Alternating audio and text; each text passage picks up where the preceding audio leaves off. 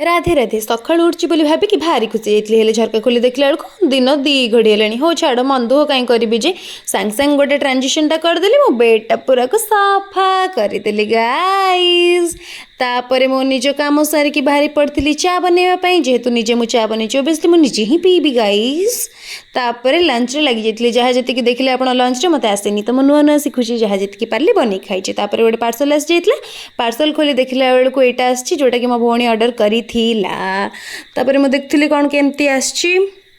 देखी सारा पर मु फोन टिके ऑरेंज खाई देती ऑरेंज खाई मु छात आड़े पलैली छात टिके बुलाबुली करिकी